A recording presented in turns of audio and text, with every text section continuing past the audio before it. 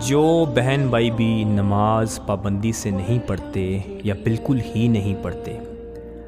ان کے لیے چھوٹی سی 2 آیات ہیں قرآن کریم کی، جو میں ان کے سامنے رکھتا ہوں، اور مجھے امید ہے انشاءاللہ کہ وہ ان آیات کو سننے کے بعد پابندی سے نماز پڑھنا شروع کر دیں گے۔ تو یہ خاص طور پر یہ 2 آیات ہیں ان کے لیے، اور یہ سورہ المدثر کی آیت نمبر 42 اور آیت نمبر 43 ہے۔ اس میں اللہ تعالیٰ فرماتے ہیں ما سلککم فی سقر قالوا لم نک من المصلین۔ اس کا مطلب ہے کہ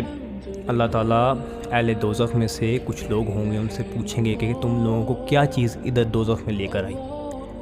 تو وہ آگے سے کہیں گے کہ ہم لوگ ان میں سے تھے جو نماز نہیں پڑھتے تھے۔ تو صرف چھوٹی سی 2 آیات ہیں، آپ خود بھی پڑھیے گا اور آپ اندازہ کریں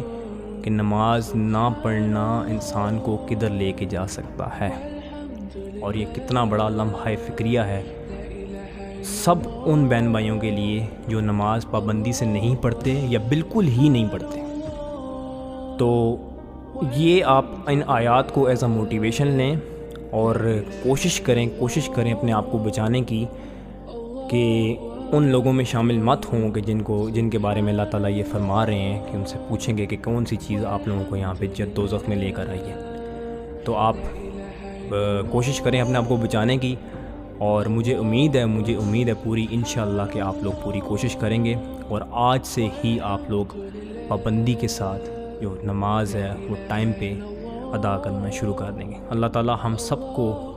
سچے دل سے اپنی عبادت کرنے کی توفیق عطا فرمائے، اور اپنی زندگی کا حقیقی مقصد سمجھنے کی توفیق عطا فرمائے۔ دعاؤں میں یاد رکھیے گا، اپنا بہت سارا خیال رکھیے گا۔